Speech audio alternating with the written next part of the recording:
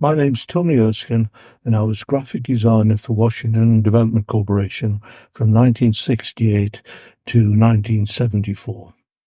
And this is... And I'm Rosanna Erskine. I was Rosanna Havelock, and I lived in Washington all my life until I was married. I was a teacher, and I worked in Felling originally. In 1964, I was at college in Newcastle doing a graphic design course. It was in Chillingham Road. It was the old Chillingham Road School. The college now is right in the centre of Newcastle with all the facilities. We were in Chillingham Road, and the facilities weren't great, but we were very creative and had a great time there until we graduated in 1967. And I was a young teenager in those days, and my playground was what became Washington Newtown. That's great. I was at school in Sunderland at the time. What I could add, in those years, I was singing around some of the folk clubs, and a bit later on, I joined a friend from college, two friends from college, and we formed a folk band, and we sang in the early 70s in a lot of the clubs around Washington. Under the name of the Healy's. The Healy's, yes, the Healy's. Yeah. And we actually ran the folk club in the Blackbush, which is still there. I believe they've had one or two folk clubs, but we used to run the folk club. We ran it on a Thursday, and at those times it was a very rough house. People got paid on a Thursday and spent it on the booze, unfortunately, and it got in the road of the singing. So we changed the venue, still at the Blackbush, to Sunday, and it used to work perfectly. Everybody came along, and really enjoyable years at the Blackbush Folk Club. That's fantastic. And Rosanna, can you remind me which village you're from originally? Well, I lived in Biddick Villas, which became Columbia Village.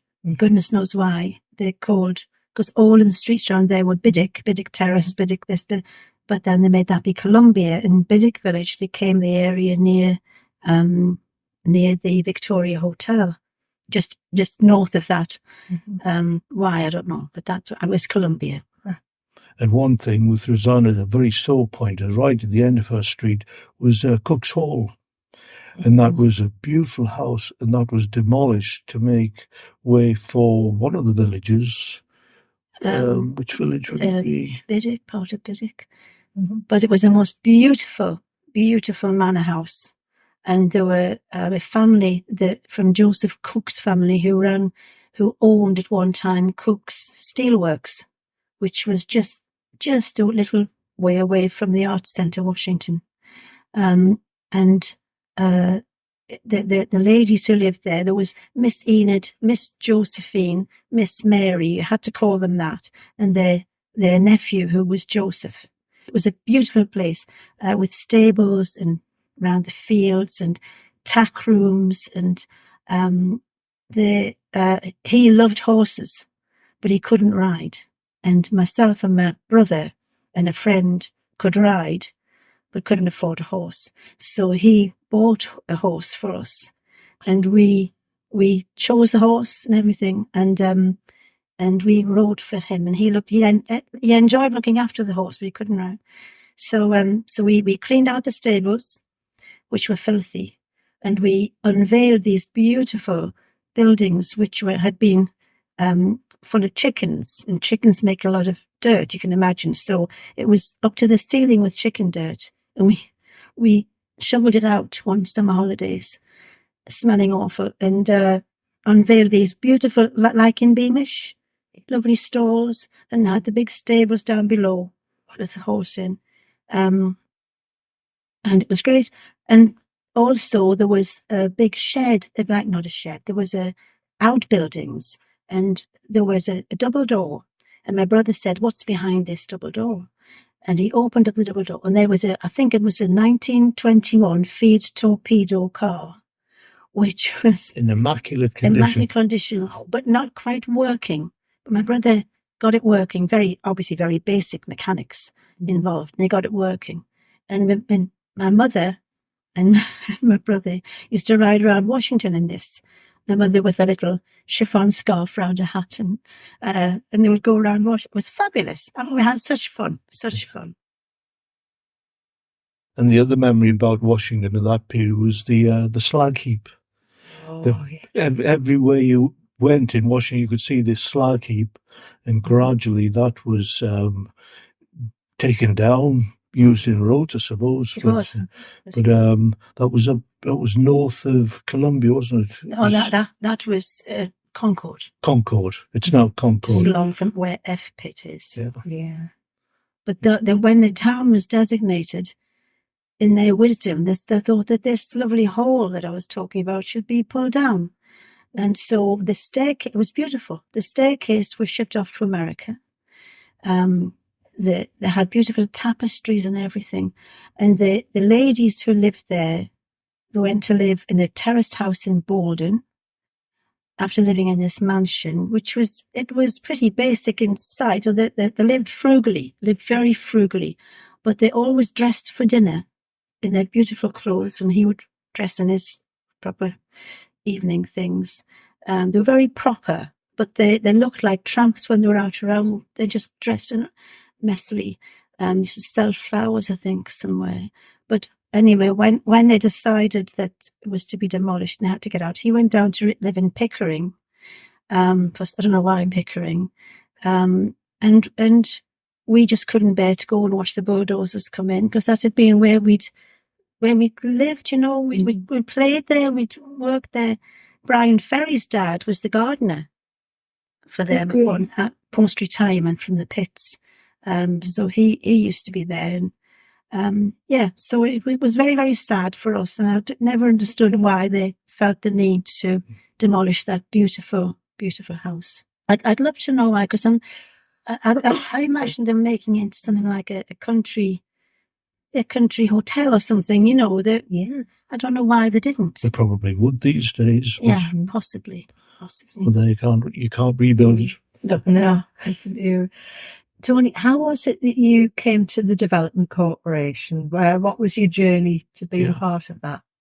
Well, I left College of Art in 1967, and I almost got a job in London. It fell through, so I returned back to Sunderland and was assigned on at the Dole. I used to be in the Dole queue and thinking, what am I doing in a Dole queue after spending so long at college? Anyway, I applied. I wrote a letter to Edward Thompson's asking if there were any jobs for a graphic designer. And I was invited in, and I was given a job as graphic designer. And I worked there for 6 months. Didn't enjoy it really, but it was a start. I was on the ladder of a career. And then 6 months after that, in March of 1968, the job for Washington came up. I applied for it and got the job. Interviewed by John Bishop. John Bishop. He was a really lovely man, and said work as a graphic designer for Washington, designing all the brochures, all the exhibition work, and various other jobs that came along. John Bishop did leave, which was sad because I really got on really well with him. But nevertheless, somebody else came in and had a really, really creative, successful time in the coming years. That's great. So what kind of work were you doing? Well, I used to produce a monthly newsletter about things that were happening in Washington. I would do, one of the big things was there were about 7 industrial estates, and I was asked to design monuments, if you like, for each industrial estate. And at the time, I decided to make the theme scientific or medical. And as you go into the estate, I designed the plinths, and on them, I think in Crowther, it was ticker tape. Ticker tape was in use. Another one was the shape of waves for Weir Industrial Estate, and various themes like that. And these were one-off jobs, very expensive jobs. And I had to go to an engineer in South Shields, I think it was, and organise these things being built. And at the time, these were very expensive, but there was a budget for this kind of thing. So I was really able to experiment with all kinds of ideas. And I used to come up with advertising and promotional things. One of the things was in Heathrow Airport. I flew down to Heathrow Airport and designed a big glass showcase of the world, and obviously England and Washington with the logo coming out of where Washington is, and called that a new world in the Northeast. I did another big promotion in the Central Station in Newcastle, a huge jigsaw puzzle with a hand putting in the middle missing piece obviously being Washington. I had to do drawings for the galleries, the new galleries, was presentation drawings showing how it would look, artist impressions, if you like. And instead of the local shops that you get now, I had faces for Simpsons of Piccadilly and all those very upmarket companies, which obviously didn't come. I think the biggest one we got was Sainsbury's. But anyway, I used to push the bigger, just to give a good impression of the galleries. And it was all that kind of, I even designed the, I don't think it's still there, a big plinth at the entrance to the galleries with silver letting embedded into marble saying just the galleries. And Princess Anne. I don't think that. Oh, yes. There was the Princess Anne. Yes, in the Princess Anne Park, they wanted 3 flagpoles. I think somebody was visiting. It might have been the president. Might have been president visiting Washington. And they designed a French seat around 3 huge flagpoles, which is now, it was behind where the swimming baths are. I don't know if it's still there, but I designed so there I designed everything from leaflets up to plinths for industrial estates, up to presentation drawings of the galleries. It was such a variety of work that I did.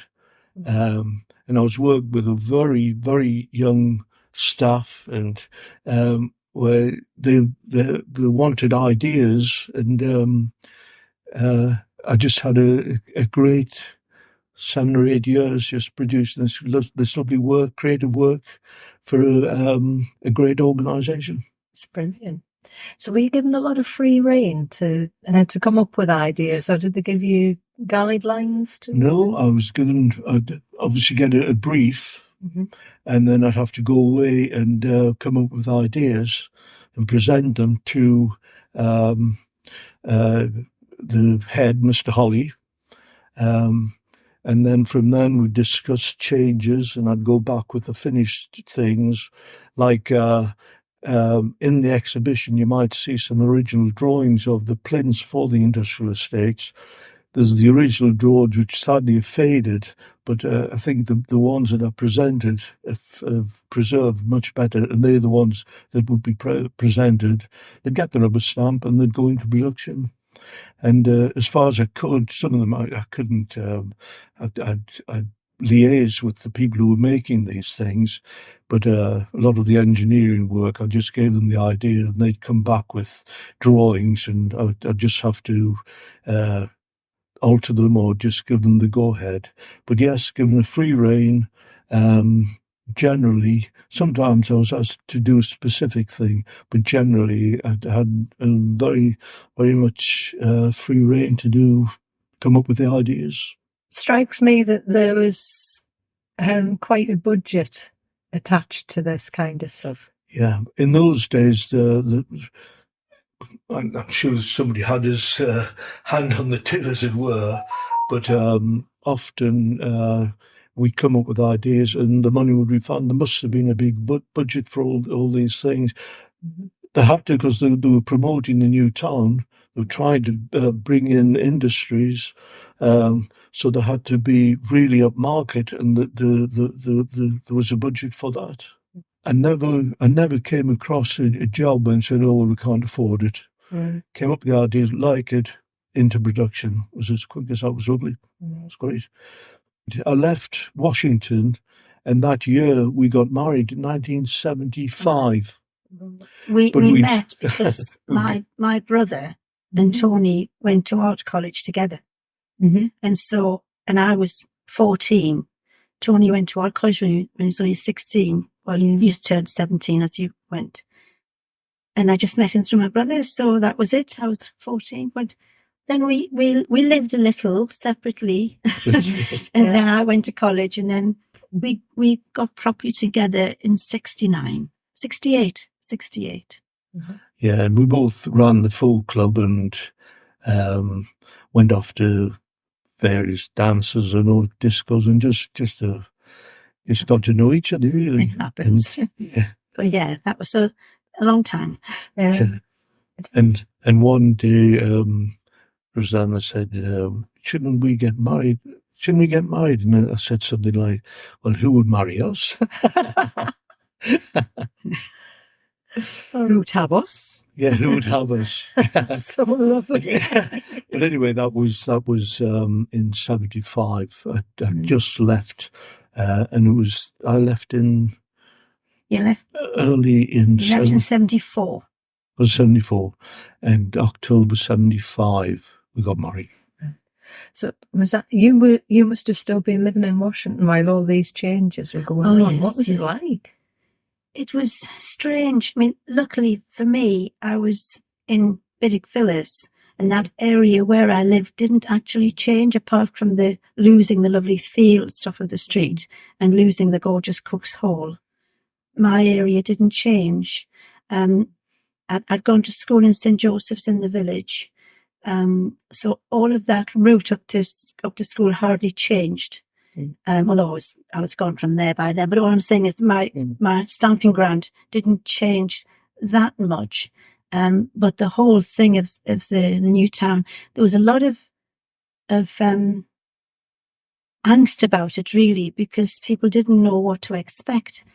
Washington would have died without it. Washington, it was like more as a D village, really, it would have become. So it saved Washington, but it changed Washington as well, because, just because of all the new people coming in. And originally everyone knew everybody in Washington, because it was just a little place, really.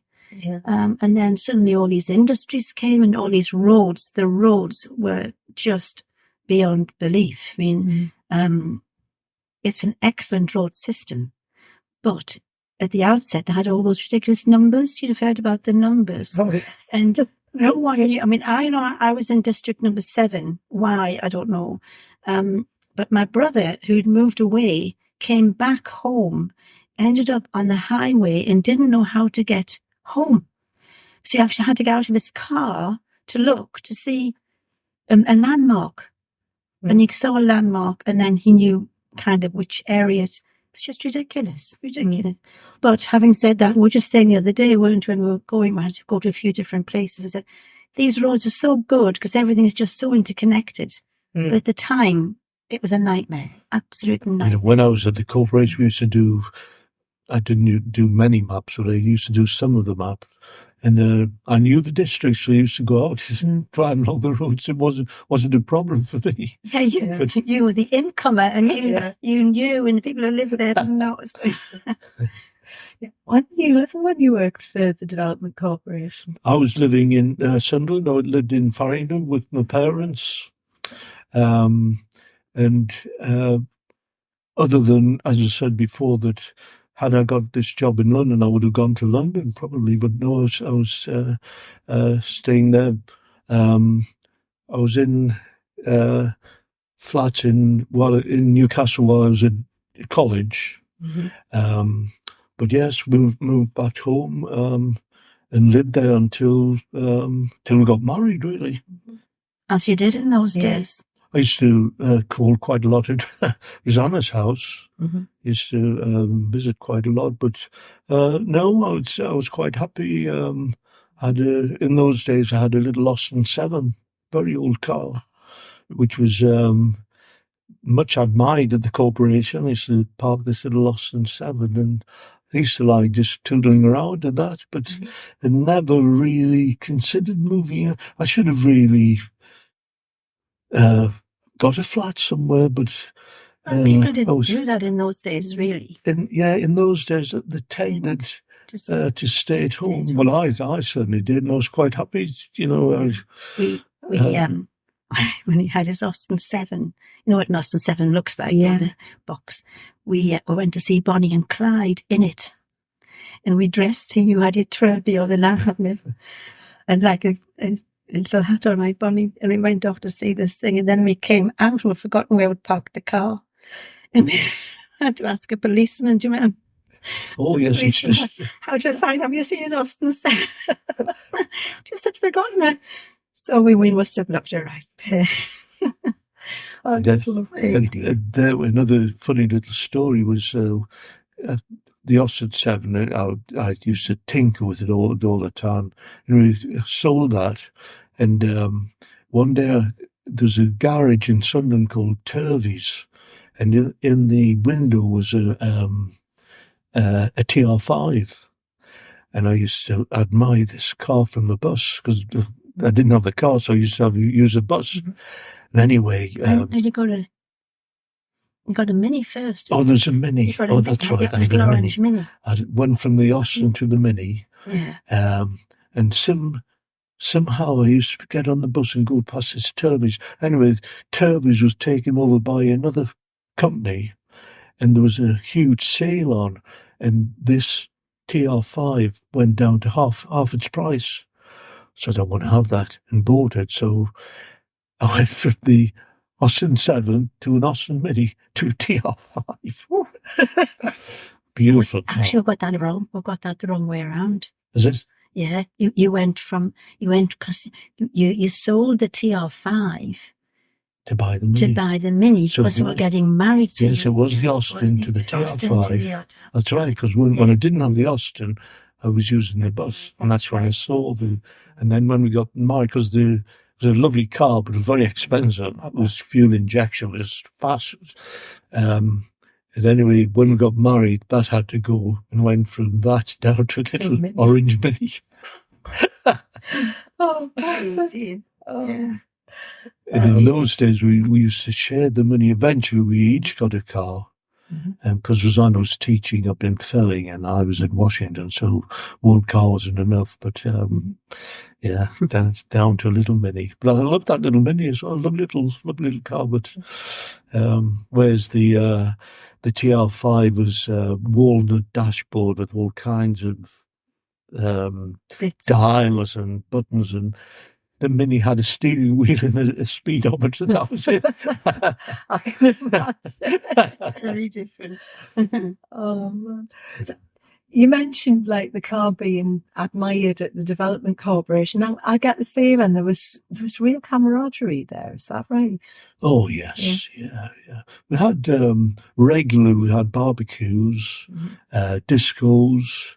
In fact, I organised a disco, and I was the DJ up at Washington. And at lunchtime, because it was, I mean, the Washington Concord was just a mile down the road.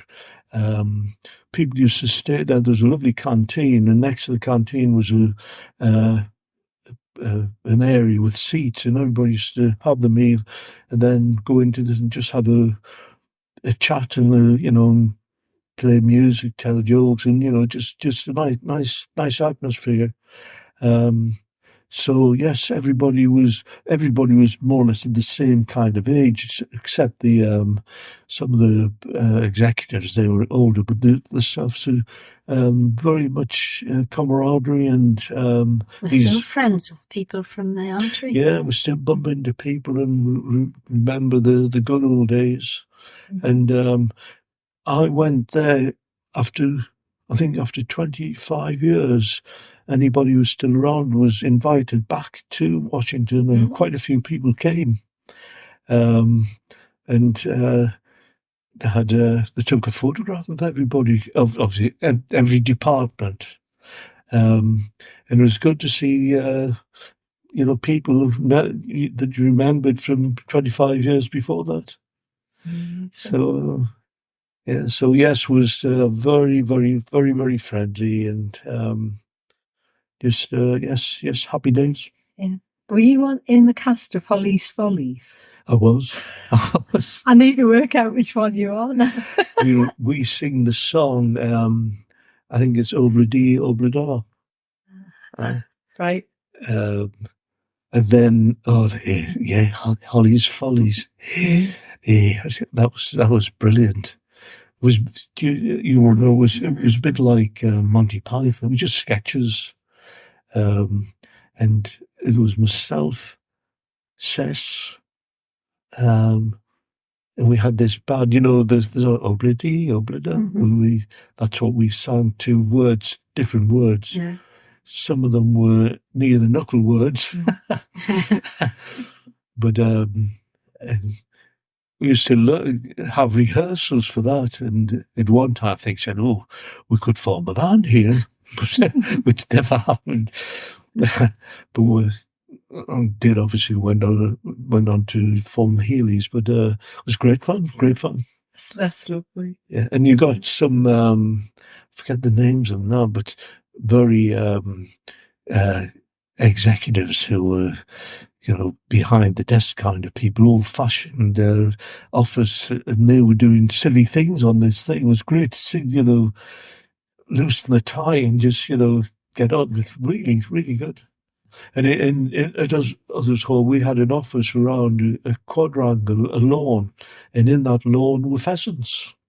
And the gardener used to come in every day and feed the pheasants and cut the grass, and so all the time, I think the wings, I don't think they could fly off, so I think the wings were probably clipped.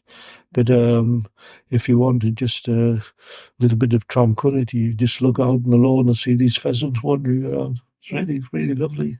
And you used to have football teams, didn't you, girls and we did. boys football teams? And we used to play I think it's the Sunderland training ground, which was next to Usworth Hall. I don't think it is there now, but we used to play at lunchtime in the ground. I mean, the Usworth Hall had huge grounds, and lunchtime, some of the lads would have a game of football, and girls as well. I think you're the first person that's pointed out to me about the age, the average age of the staff there being very similar. So it must have felt like an extension of college. It did, times it did. And there were quite a few couples got together, weren't there? Yeah. And you can imagine. Yeah. A few marriages came out of it. Yeah. People and there were lots of departments, and you felt easy just to go into another department, have a chat, and then go somewhere else. And that a lot of intermingling with the various departments. So it was a happy place. So you worked there till 1974. Yeah. Right. And beyond that, did you sort of keep an eye on what was happening there, or did you? Oh yes, always took an interest. But by then, everything was up and running really. So it was just keeping an eye and just seeing things. Obviously, some things are left that weren't finished. So it was interesting to see, and just to see I don't know who came after me there, but just to see what publications came out afterwards. I was interested in that, and interested to see the development in the galleries, and just. But by then, it was up and running and established really.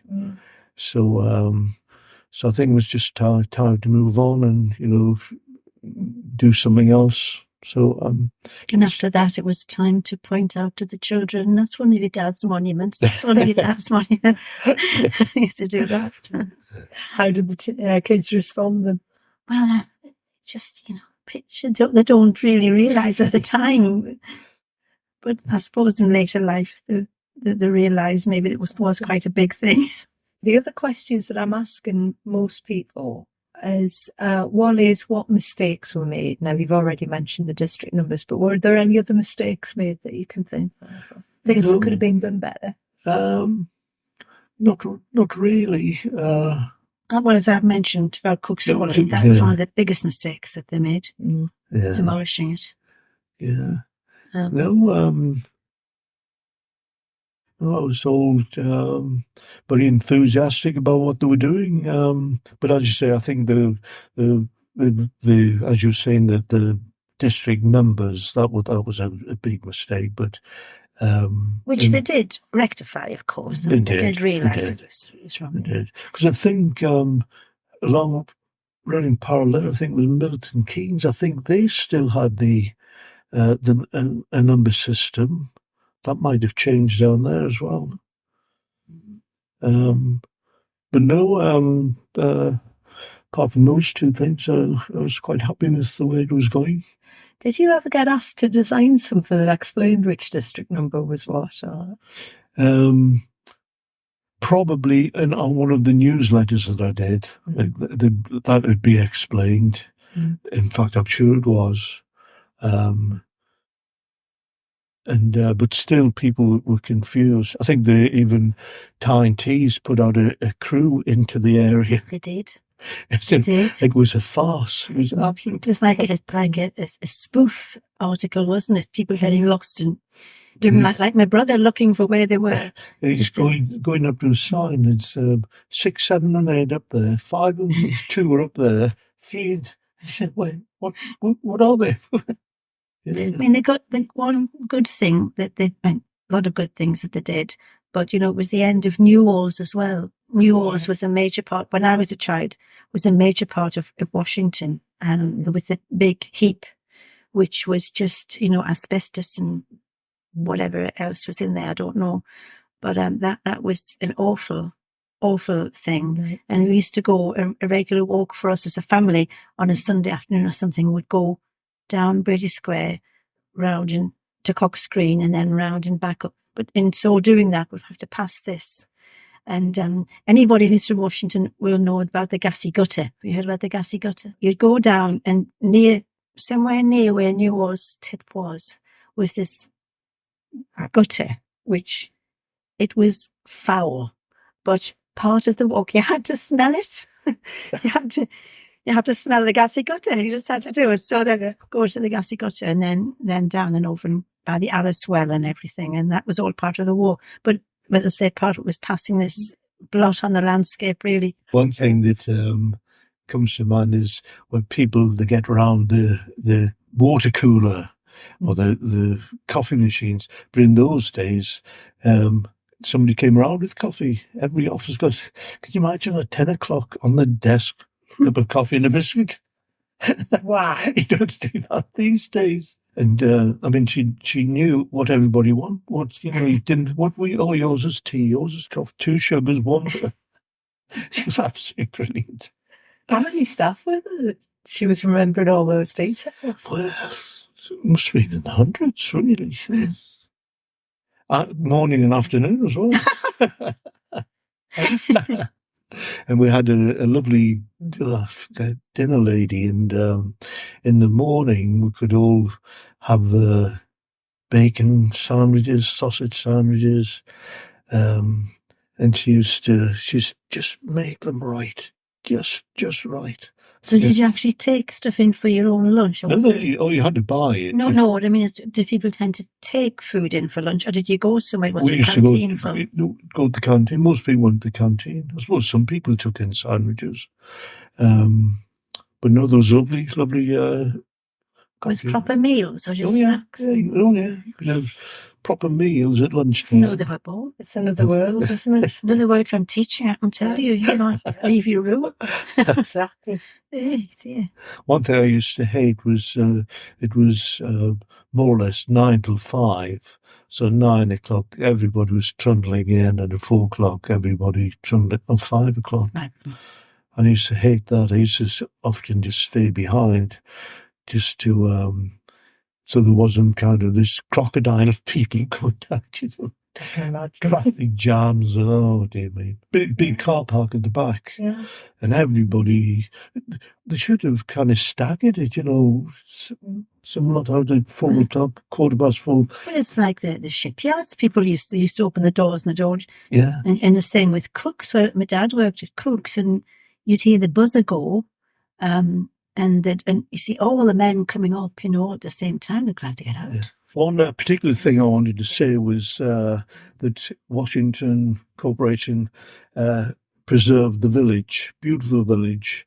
Rosanna will say something about it, but the Forge, which is the restaurant there now, used to be a smithy, working smithy, and the Green, the cafe, was the library with the wooden gates as you went in. But Rosanna will say something when I was a about child, that was I used to come down from St. Joseph's School, down Village Lane, and either get on the bus and pay a penny to go home, or spend the penny at Lambert's shop, which was a men's hairdressing shop with a sweet shop attached. You could, health and safety, they wouldn't do that these days. They might be having a haircut at one end and selling sweets at the other. Then we'd go over the road with our lolly and watch the horses being shod. And it was an absolute joy. I just loved that. And then sometimes we'd go over to the library, which, as Tony said, was just over where the cafe is now. And that was lovely. It was just all oak and lovely swingy oak gates. And I just loved being there. It was a lovely little, and all the women knew you there. It was so friendly. Then the smithy became the go-to little cafe, which when I was about 13, 14, that was a little cafe, and it was felt as if we're like in America, because it was selling Coke, and you could sit around this little bar with stools and things, and I'd go there with my friend Pat, and we'd go and we thought we were the bee's knees, sitting on these stools and having coffee Big and girls. Coke and everything. That was what was it called? Yeah, I forgot what it was called. But anyway, that was the cafe there. It'll come to me. But up the road on Spout Lane was another one, which was called the Coffin Club, spelled KK. And we didn't go in there because we felt that was not quite our scene. It was a bit too risque for us. It had all skulls and things on the front, and it was all very odd. I never ever went in because I was a nice girl. I don't think it was quite for me, that. So who were the clientele for that? I have no idea. And I went in. I was more that or 40s. But then when the little cafe at the Forge didn't last too long, then it became a pottery. And it was a lovely pot. My brother knew the potter, because my brother was a potter as well. And this David, I think it was David, somebody who ran a pottery there, which was really nice. That was lovely. And then it was after that it became, I think, was closed for a while. And it became the blacksmith's table, which eventually became the Forge, which it is now. Yeah. And the Forge is run by the people who run the cafe. Yeah, the same group. couple. Yeah. And another memory of those days is we ran the Blackbush Folk Club, which is the road? Village Lane. Village Lane. And one memory, we had some big artists coming along, but one thing, it used to be on a Thursday night, and on a Thursday, lots of people got paid on a Thursday, and sometimes it was a bit of a madhouse on a Thursday, so we made the decision to run it on a Sunday, and it went like clockwork. We had no problems, no violence, nothing. It was just a real good folk club. And we ran that for about 6 or 7 years. And a lot of people... Lots of famous acts came. Yeah. And sometimes we bump into people and say, I remember you at the folk club. So there are a lot of people who remember the Blackbush Folk Club. quite a few marriages came out of it, I think. But there was nowhere else to go. There was just nothing else in Washington for young people, unless they wanted to go to the pubs. But they'd come out on the Sunday, they'd come out of church, they'd queue up to get in, because they knew if they didn't queue up, they wouldn't get in. And the queue would be right down Burge Lane, and then there'd be a time when we'd have to say, sorry, you can't come in. And one band that plays was the Amazing Blondell. And at that show, Dave Stewart, the famous Dave Stewart, was there. As a child, he was only a child. He was only 15, 16, sang a couple of songs. And then the next day we heard that he'd smuggled into the van of the Amazing Blondell. And when he got down to Scunthorpe, they found him and they had to ring home, and his dad had to come down and collect him. This is the famous Dave Stewart. And he used to say, how do you get a gig? How do you get a gig to the lads? I mean, he's just Bob Dylan's mate, and, now. Well, they were happy days. They were happy days. But then there were three of us in the band. John moved to a job in Wakefield, and Ern moved to a job in Glasgow. And so in Edinburgh, actually. Was it then? Oh, then he moved to Glasgow. And it was just difficult meeting up for gigs, so we decided to fold. For the folk club, but they still kept singing together. Yeah, sorry. But first of all, Ern moved down to London, and he used to come up. He had a job in London as an art director somewhere, and he used to come up on a Friday or Saturday on the train and get the sleeper back on the Sunday night after the folk club, just because he loved coming and doing it so much. And that was dedication. That's really good. But we couldn't keep that up, No. so eventually the folk club ended. But we still sang. We used to do a lot of gigs just as the band, but sadly the folk club had to close. So, those of you that were in the band, were you all artists? We were. Yeah. John Rosanna's brother was a potter, and Ern was he was a painter, but he was an art director. He was a creative director. I forget the company, Morgan's in Glasgow, but we all met at art college, and just the friendship held beyond those days into the folk club, into the band. Sadly, Ern died a few years back.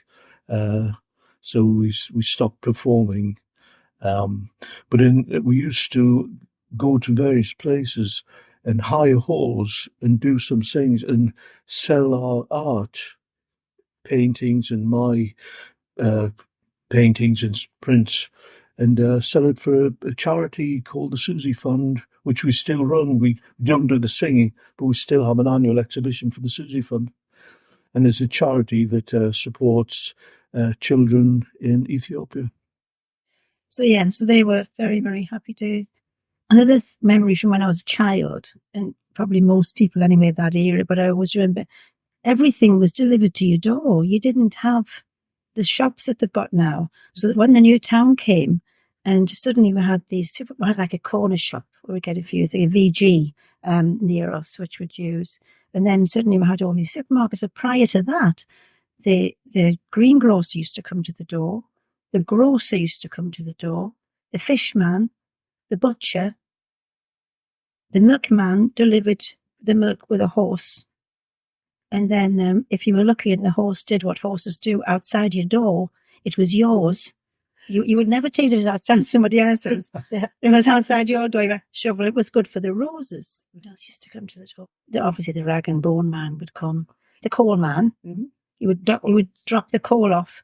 We didn't get coal, free coal, but a neighbour did and didn't need as much, so they would split the load. You'd have to go with your wheelbarrow and shovel it in, and so you didn't need to go shopping like you do now. And another memory that pops to mind is when we were talking about the numbering system rather than place names. At one time, a bus drove into Rosanna's street with a football team on. The driver had lost, he couldn't find his way to the A1. So he knocked on the door and Rosanna's brother said, "Oh, I'll take you." He hopped in his car and guided him up to the airport. But the football team was Leicester City, and it was Peter Shilton was in the front. Oh, good grief. They just had got. I mean, our street was Biddick Villas, and that was a private little road. You only got the odd car coming. I mean, suddenly this bus pulling up outside. That what on earth's going on? You know. But yeah, it was less. There must have been playing Newcastle or something, and so he just led them. He said, I can't actually tell you how to do it. I'll have to just take you. Too complicated. That was with the numbering system of the buses, of the roads. I was going to ask you actually about the coal as well, because I mean, obviously you were in a house that was there before the new town. Yeah. But the new townhouses, were they all built with the presumption people would use electric and gas, or were there still some coal fires in there, do you reckon?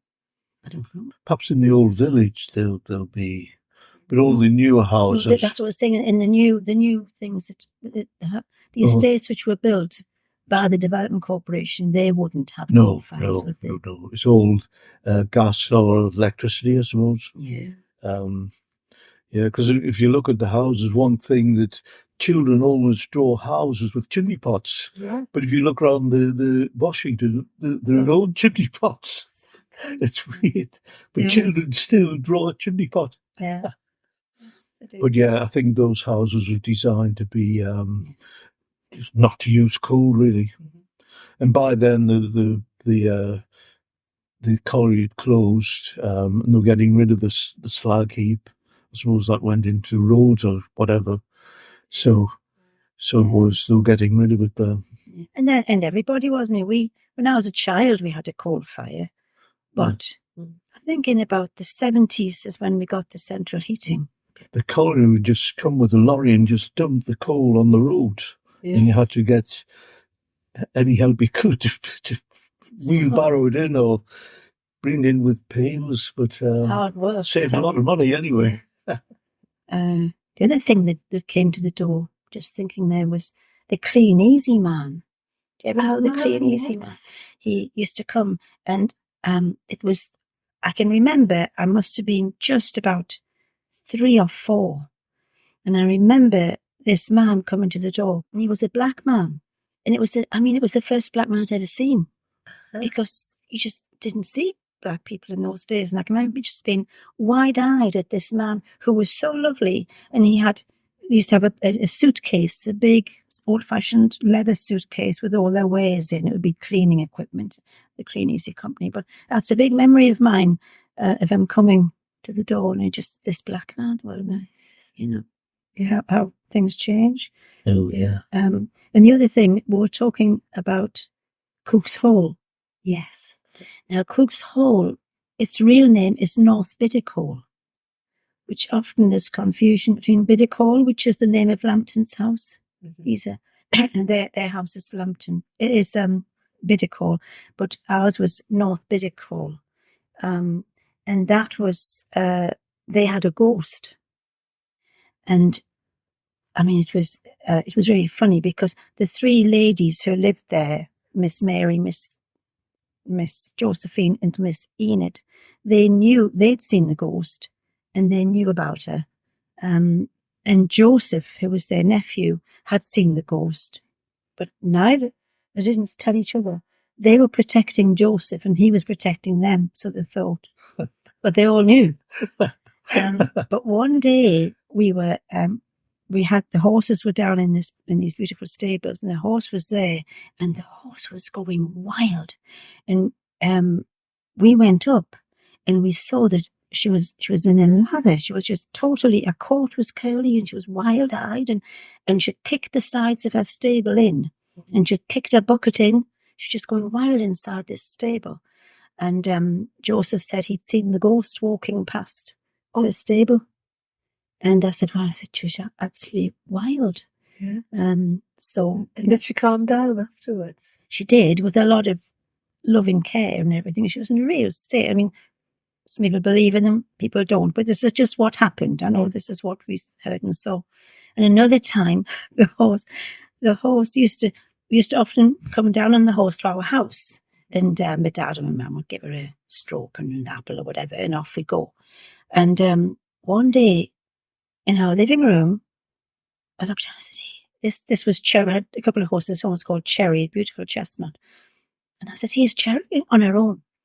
She'd got out of the stable. She'd come over the main road. She'd come down the street and and she's at the front door. And all we had was a belt. My dad got his belt out and put the belt round, and we led her back up to the stable. She just made her way down us over a main road as well. But yeah, so That sounds cold, doesn't it? I know. I mean, she could have caused an accident. She could have had an accident. Anything could have happened. The other character in Washington was Bobby Thompson. My dad knew Bobby Thompson, and my dad was, when he was a child, because Bobby Thompson used to come to my grandmother's house. He would do anything for a bit of money. It wasn't hard work. He didn't like work. So my grandmother would give him sixpence, and he'd do the floors. So that would happen. Anyway, he knew my dad. And my dad, when he was 14, got a job, came out of school, got a job as a delivery boy on a bike for Metcalfe's, which had a shop down in Brady Square, the grocer's shop. And he had a big basket on the front, and he'd go off on his little bike. You know, you've seen them. Yeah. And one day he was coming down and had an awful fall off his bike, and he fell on gravel, and it was a right mess.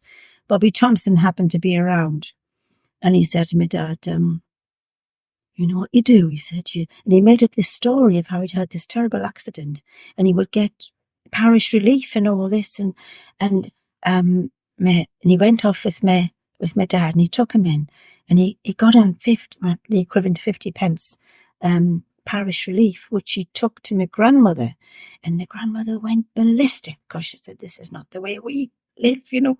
And that was Bobby Thompson. He was always, you know, looking for something like that, little naughtiness, really. It's full of naughtiness, wasn't he? I think he was he was called the little waster. I think he was really, but probably his heart was in the right place. I think I don't think he had a wonderful childhood. I'm not sure. But no, I don't think there was badness in him, really. He was just a we saw him a few times. We did. It's great act. I mean, he was a gambler. He used to go do his act, you know, and he'd wear the old Gansey and then in his soldier's outfit. When he left the gig, he'd have his bow tie and everything, because he was going to the nightclub, to the casino, rather, and he would go to the casino and spend the night in the casino, and then eventually go home. So would he travel to Sunderland for that, or Newcastle? Newcastle. I'm thinking. I don't know. I really don't know. There were a couple of nightclubs and casinos, though. It was the casino he was interested. Probably Newcastle. He'd probably have a taxi waiting for him to take him. He had a driver. Yeah. He used to bring him around. Yeah. But he was, because he was born in Fatfield. I think it was Fatfield he was born, and so he went to the same school that I went to in his childhood, and so he was always around. In his early days. But yeah, a character. No, the other thing was when Cook's Hall before it was demolished. Joseph, the ladies had gone by then. They'd gone to this house in Bolden, and Joseph had a party for us, and just us and our young friends we were just teenagers. The house was in total darkness because there was no electricity and nothing. He had roaring fires on, and the house was just empty. But I remember in one room, he had a couple of wingback chairs, which my mum and dad sat in. It was surreal. And he had a big, long table. I mentioned the chickens. Yeah. Well, that had to be killed. So there were chickens were on the table. I know. So they had all these chicken legs and everything, food, and we could just wander around this beautiful old house before it was demolished. So it was so kind of him. He was very, very kind. I think it was so sad. That was really sad. For me, that was the worst part about Washington, them pulling down that beautiful building, Yeah. with all of its history. But because it was about the 1600s, I think it was a really beautiful. And the little Um, village, which village is it? That'll be on the site of Cookshall. Which village? The village centre down there. Oh, sorry. Oh, where the Sandpiper used to be. Yeah, yeah. That's just about, kind of, somewhere around there. It's difficult to get your bearings because the driveway, the beautiful driveway down to the house from the lodge, which is still there. Mhm. The lodge is there, and you go down through double gates and down this beautiful driveway, which kind of curled round, and then you couldn't see the house. And then suddenly this beautiful old house would emerge. We had a wood, is what it's still called, Cook's Wood, behind, and that's a lot of that's still there. I think they built on some of it. I remember, again, with this friend Pat of mine, we went through there and we saw it was the time of myxomatosis. Oh, And we saw a poor little rabbit that was definitely suffering, and I've never forgotten that. But must have been doing exams, and we used to sit in the paddock behind the hall leading onto the wood and do our study with the horse running around and just sitting there. And it was just lovely, lovely. Oh, they were all fields then, where Biddick is now, just all fields, of course. Our playground.